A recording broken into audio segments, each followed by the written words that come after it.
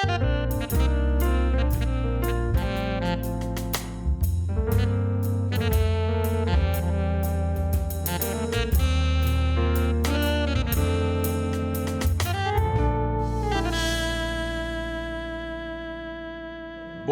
noite, paz seja com todos vocês. Olá, irmãos, boa noite a todos aí. Eu acredito que agora nós já estamos online e que vocês já estejam me vendo por aí. Muito bem, deixa eu só ajustar aqui, certo? Bom, mais uma vez então, boa noite a todos os irmãos da Quadrangular Freguesia do Ó e outros que estejam aí nos assistindo em outros lugares. Que Deus abençoe a sua vida, Deus abençoe a sua casa e a sua família. Bom, em primeiro lugar, é um prazer muito grande estar aqui com vocês, participar desses dias do jejum. E esses dias a pastora Lisbeth falou comigo sobre a possibilidade de a gente fazer uma live aqui, estar participando também, trazendo uma palavra para vocês. Só queria pedir que vocês confirmassem se está tudo ok, se o áudio está tudo beleza. Só me dê um joinha aí e a gente continua logo em seguida. E nesses dias, então, aguardando esse momento, queridos, eu fiquei meditando sobre o que falar com vocês. Deixa eu só colocar uma telinha aqui que eu vou utilizar. Fiquei aguardando, meditando no que falar com vocês, no que seria útil para a gente compartilhar nessa noite. E eu vi algumas palavras, eu vi acho que um ou dois irmãos, irmãs ministrando aqui, e talvez eu vá um pouquinho diferente do que eles fizeram, do que eles falaram, mas foi a coisa que veio ao meu coração assim de imediato, logo que a pastora conversou comigo e nós firmamos o dia. Inclusive era para ter sido na segunda-feira, mas eu precisei fazer uma troca e ficou para hoje. E aí isso maturou um pouco mais a ideia. Muito bem, o que eu queria comentar com vocês? Eu queria falar justamente sobre esse momento, sobre essa prática que nós estamos fazendo agora, nesses dias, os 21 dias de jejum.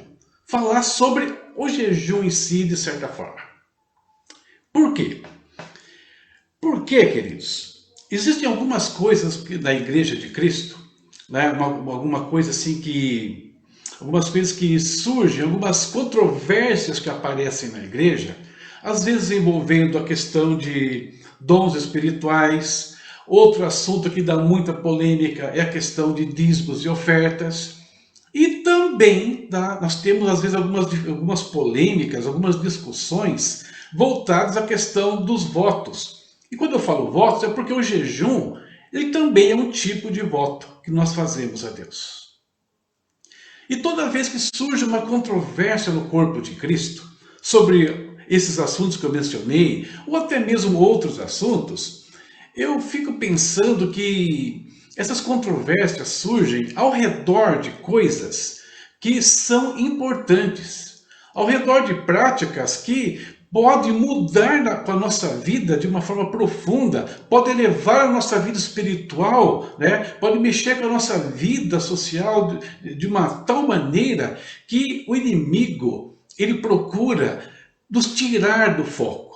Ele procura atrapalhar a igreja de Cristo, atrapalhar os filhos de Deus nas questões dos dons, nas questões dos dízimos e ofertas e também nessa questão agora do jejum. Por quê? Porque não é interessante para Satanás, para o reino das trevas, que a igreja jejue.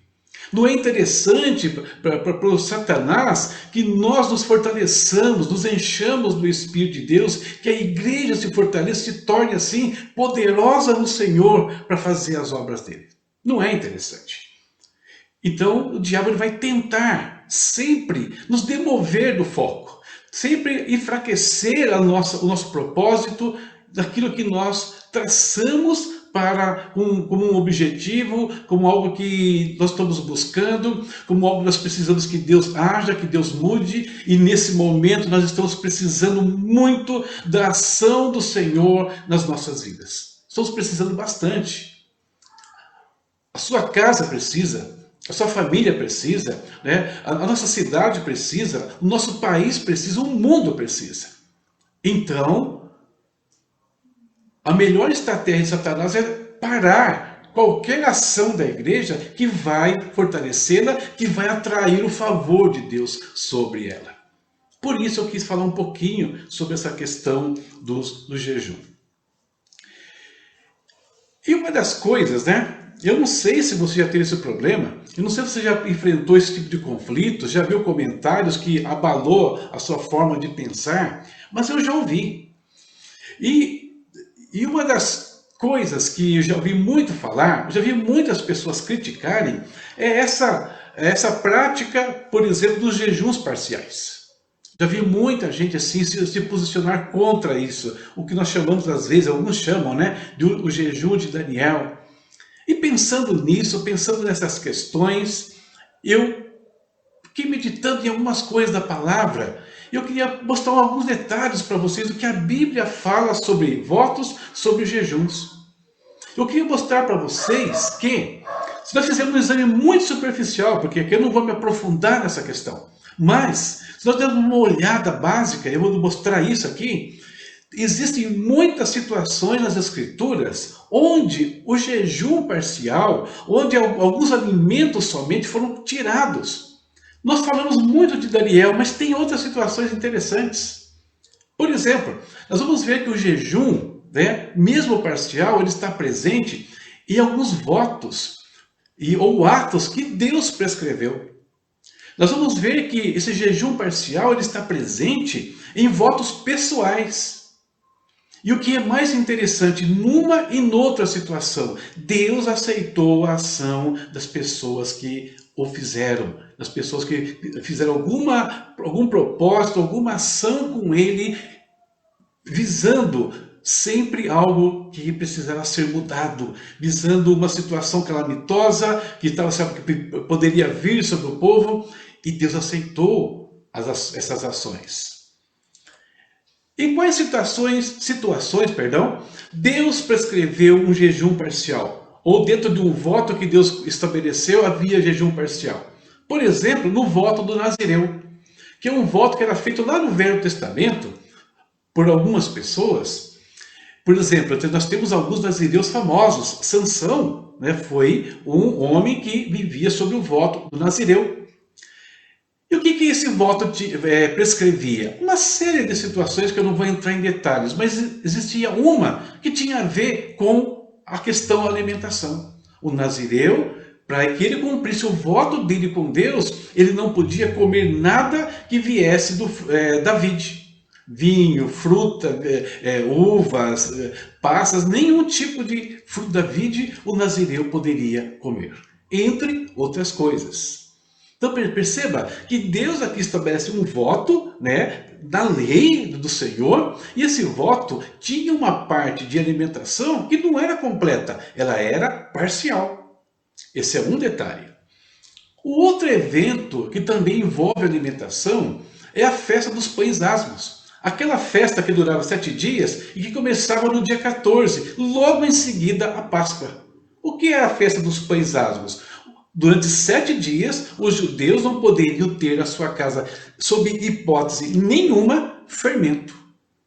Tá? Se houvesse fermento na casa de alguém, se eles comessem alguma coisa fermentada, isso era uma quebra da lei e eles poderiam morrer por essa situação. Então, um evento prescrito pelo Senhor e que envolvia alimentação e era um corte parcial de algumas coisas. Muito bem, mas tudo bem. Você pode até questionar, mas havia alguma outra situação onde não foi Deus que prescreveu e o voto parcial foi aceito? Sim, nós temos duas situações interessantes. Uma muito conhecida e outra pouquíssimo conhecida. A mais conhecida, a menos conhecida, tem a ver com os recabitas. Você já viu falar sobre esse povo na Bíblia? Né? A família dos recabitas? Não sei se você já um dia ouviu, ou estudou, ou leu sobre eles. A história deles está narrada no capítulo 35 do livro de Jeremias. E o que aconteceu com os recabitas? Eu vou ler uma parte deles aqui para vocês, para ver o que Deus prescreveu para eles e como eles reagiram. Perdão, o que alguém prescreveu para eles. Jeremias foi chamado por Deus num determinado dia e Deus disse o seguinte, né? Vou ler aqui o texto. Ó. A palavra que da parte do Senhor veio a Jeremias nos dias de Jeoiaquim, filho de Josias, rei de Judá, dizendo: vai à casa dos recabitas e fala com eles, introduzindo-os na casa do Senhor, em uma das câmaras, e lhes oferece vinho a beber. Então Deus manda o profeta levar a família dos recabitas no lugar do templo e oferecer vinho para eles beberem. Jeremias faz isso. Olha o resultado. Eu os introduzi na casa do Senhor, na câmara dos filhos de Anã, filho de Gigdalias, homem de Deus, o qual estava junto à câmara dos príncipes, que ficava sobre a câmara de Maséias, filho de Salum, guarda do vestíbulo. E pus diante dos filhos da casa dos recabitas taças cheias de vinho e copos, e disse-lhes: bebei vinho. Resposta deles. Eles, porém, disseram: não beberemos vinho, porque Jonadab, filho de Recabe, nosso pai, nos ordenou, dizendo: nunca jamais bebereis vinho, nem vós, nem vossos filhos. Não edificareis casa, não semeareis semente, nem plantareis vinha, nem a possuireis, mas habitareis em todos os vossos dias, em tendas todos os vossos dias, para que vivais muitos dias na terra em que andais peregrinando. Obedecemos, pois, a voz de Jonadab, filho de Recabe, nosso pai, em tudo quanto nos ordenou, de não bebermos vinho em todos os nossos dias, nem nós, nem nossas mulheres, nem nossos filhos, nem nossas filhas. Olha que coisa interessante. Uma família inteira, motivada pelo pai, né, um tempo atrás, eles cortaram da dieta deles vinho para que pudessem prosperar. Que o pai disse que se eles obedecessem tudo que ele estava falando, eles prosperariam. E perceba que tinha outros detalhes que eles tinham que observar. Mas vamos falar da parte da alimentação aqui, que é o que está em foco da nossa discussão hoje. E qual o resultado disso tudo? É muito interessante quando nós chegamos no final do capítulo. Jeremias 35. Olha só o que Deus fala para eles. Deus dá um recado para o povo de Israel e manda Jeremias responder aos recabitas. E a casa dos recabitas disse Jeremias: assim diz o Senhor dos exércitos, o Deus de Israel, pois que obedecestes ao mandamento de Jonadab, vosso pai, guardando todos os seus mandamentos e fazendo conforme tudo quanto vos ordenou, portanto, assim diz o Senhor dos exércitos: nunca jamais faltará varão a Jonadab, filho de Recabe, que assista diante de mim. Um voto, né, que um homem fez, no caso, para a família dele, e Deus reconhece esse voto e profere uma bênção sobre aquela família. Então, essa é uma primeira situação. A outra situação que nós conhecemos bem mais é justamente a situação de Daniel. Tá? Que também, e Daniel, às vezes nós falamos muito do capítulo 10, quando ele fica 21 dias sem comer ali algumas coisas específicas que ele cita no capítulo, mas se nós voltarmos no início da história de Daniel, nós vamos ver outra coisa, que essa questão dele se abster de alguns alimentos, ele se separar, fazer um voto a Deus de uma parte, né, comendo uma coisa e não outra, rejeitando alguns tipos de situação que ofereceram para ele, era desde o começo. O capítulo 10 foi só mais uma parte desse processo. Ele já era uma prática comum de Daniel. Se nós percebemos bem, os dois votos dos recabitas e até mesmo de Daniel, embora fossem votos pessoais, estavam amparados nas coisas de Deus, em propósito de Deus, naquela situação. O objetivo deles, dos dois grupos, era permanecerem fiéis a Deus, de alguma forma agradar a Deus. Essa é a intenção. Então, a gente percebe que tem votos que Deus prescreveu e votos que pessoas fizeram, mas em ambas situações eles foram aceitos por Deus, queridos. Deus aceitou aquele ato. Por quê? Porque aquela situação toda, o que estava dando validade tanto para aquilo que Deus prescreveu, quanto aquilo para que o homem se propôs a fazer, o que deu validade ali foi o coração, foi a disposição, foi a intenção, foi a forma como eles se entregaram a Deus naquele propósito. Foram aceitos por Deus, foram atendidos por Deus quanto aos seus propósitos, quanto àquilo que buscavam do Senhor.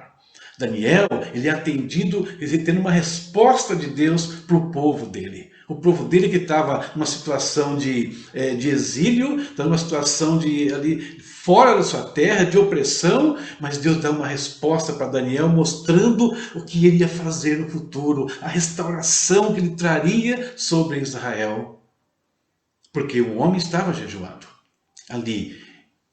E às vezes, né, quando a gente fala sobre crítica do jejum, esses jejuns parciais, o que acontece? É porque alguns veem do jejum tradicional como única forma de se achegar a Deus. E não é verdade. Tanto que não é verdade que nós vemos situações onde pessoas fizeram jejuns integrais, né, o tradicional, e foram rejeitadas por Deus. Temos duas situações que eu posso citar para vocês. O profeta Isaías vai falar um pouquinho sobre isso. Isaías ele questiona ali, né, movido pelo Senhor, o tipo de jejum que os israelitas estavam fazendo em determinado tempo. Por quê? Porque eles faziam um jejum ali, só que era um jejum isolado da vida espiritual. Era um ato de jejum, mas sem o respaldo do Senhor por trás disso. Eles faziam isso de um ato simplório, e enquanto jejuavam, oprimiam os irmãos, oprimiam aqueles que necessitavam de ajuda, não abriam o seu coração para aqueles que precisavam de alimento, precisavam de um socorro. Mas estou jejuando, eu estou aqui na presença de Deus, me atrapalha, né? Então, o que acontece? Então não é o ato, o que valida o ato, né? Não é a forma, não é a liturgia, o que valida o ato é o adorador. É nós estarmos fazendo a vontade de Deus, sim. E existem N maneiras de fazer algumas coisas. E aí, o que acontece... olha só que tem um exemplo do livro de Atos, que eu acho um exemplo assim terrível. Né? Um exemplo assim que é muito curioso, mas terrível. E de alguém que fez um jejum, alguém não, 40 homens que fizeram um jejum tradicional, não comeram e nem beberam. Vou ler o texto para vocês. Isso acontece quando Paulo estava preso, pouco antes dele ser enviado para Cesareia. Olha o que acontece. Na noite seguinte, apresentou-se-lhe o Senhor a Paulo e disse: tem bom ânimo, porque como deste testemunho de mim em Jerusalém, assim importa que o des também em Roma. Quando já era dia, coligaram-se os judeus, olha só, hein? Coligaram-se os judeus, jurando sob pena de maldição, que não comeriam, nem beberiam, enquanto não matassem a Paulo.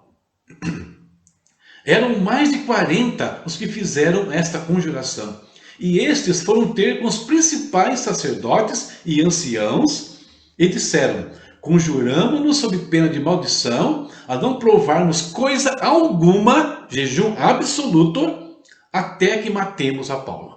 Olha o jejum que aqueles homens estavam fazendo. O jejum, um propósito de matar alguém. E matar quem? Matar o apóstolo Paulo. Homens que se diziam de Deus, querendo matar um homem que estava fazendo a vontade de Deus. Então percebe como o ato em si, a prática em si, ela é nula dependendo de como nós a fazemos. Ela é nula. Nós podemos estar jejuando contra um propósito de Deus. Então, queridos, o que eu queria enfatizar nesse momento tão importante, né? São 21 dias, eu não sei como é que você está com seu coração nesses dias aqui. Eu não sei o que Deus tem falado com você. Mas, de repente, nós estamos bem no começo, são os dias iniciais ainda. Então, ou seja, nós podemos mudar algumas posturas, nós podemos querer mais ainda, ou então podemos que Deus nos derrame mais sobre nós, podemos levar mais a sério o que nós estamos fazendo, com um propósito mais firme.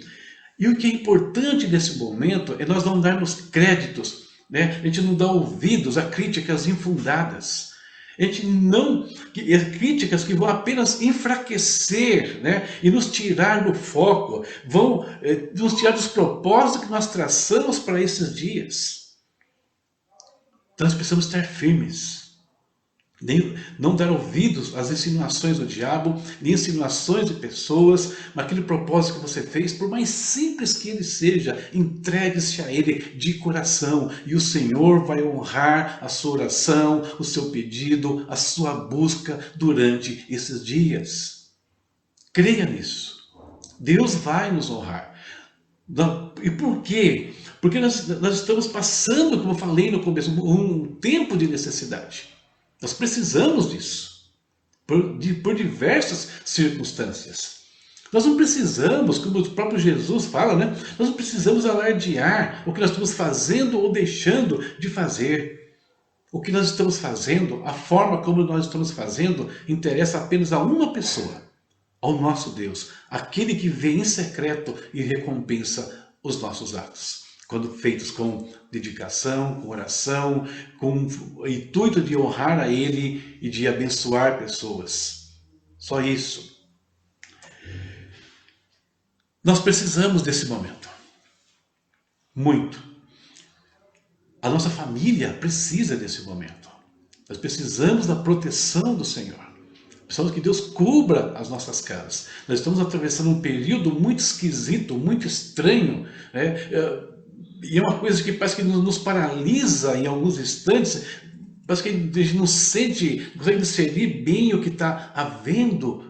Mas é um momento de necessidade. E Deus está movendo o povo dele. Nós estamos aqui fazendo um jejum de 21 dias. Nós estamos aqui falando todos os dias sobre isso. Ouvindo a palavra de Deus. É porque Deus está nos movendo. Foi assim que Deus achou um meio de nos reunir de novo. De nos fazer crescer. Nos fazer querer mais dele. Olha que coisa interessante.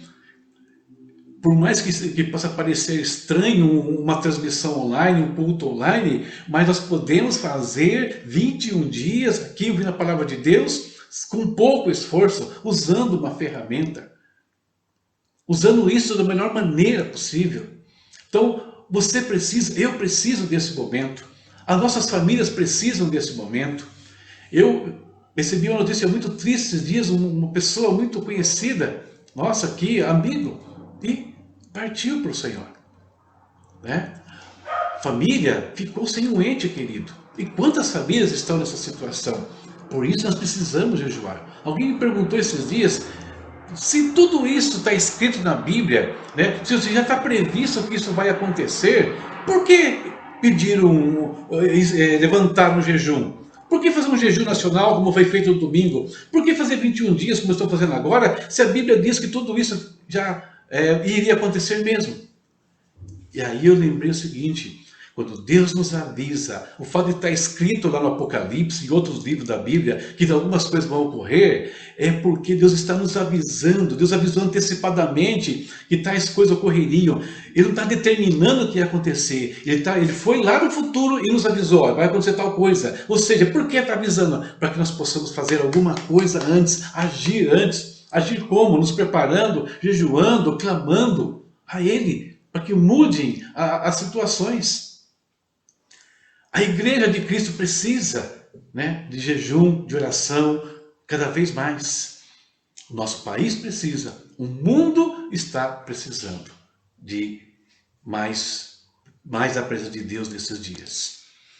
Então, a minha palavra hoje aqui é no sentido de você não desanimar, não desistir. Não importa, como eu falei, não importa o que você está fazendo. Não importa se tirou isso, aquilo, isso não tem a menor importância. A importância que tem é o jeito que você está fazendo, o jeito que eu estou fazendo esse jejum para o Senhor. É isso que importa. Porque Deus está vendo o nosso coração. Ele sabe o que nós estamos clamando, o que nós precisamos. Ele sabe tudo isso e está olhando para o nosso empenho.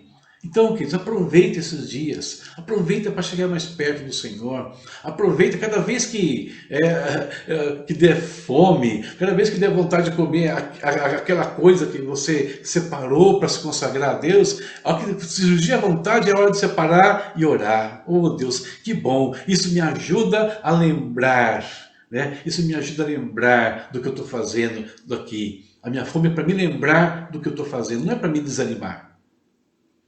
E fique atento, porque Satanás vai tentar tirar você desse propósito.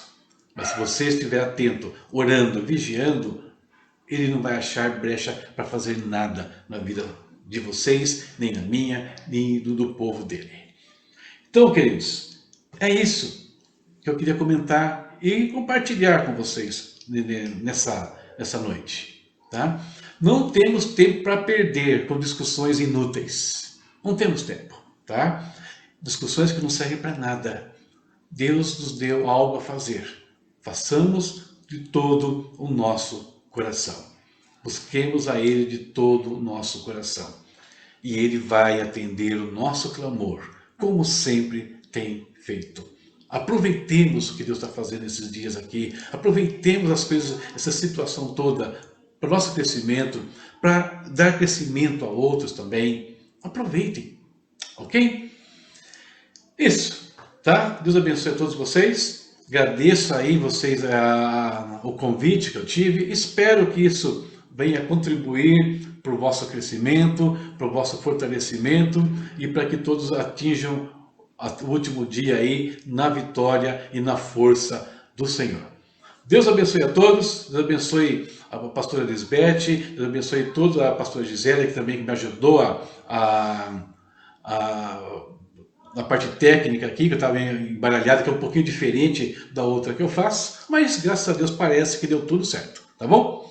Deus abençoe a todos. Até outro dia, se Deus quiser. Aproveitando, se você quer aprender um pouquinho mais do Apocalipse, nesses dias aqui, olhando para esses momentos, o que eu estou fazendo? Eu estou publicando uma aula por dia do Apocalipse no meu canal no YouTube. Todos os dias, serão 61 aulas, eu vou passar por todo o livro. Hoje mesmo, daqui a pouquinho, eu vou concluir aqui o estudo sobre a igreja de Tiatira, tá? E que vai estar amanhã lá no meu canal no YouTube, Sinésio Santos. Então, se quiser aprender um pouco mais, aproveitar esses dias, fazer uma maratona Apocalipse, fica aí o convite e espero que te ajude também. Deus abençoe a todos. Até mais, se Deus quiser.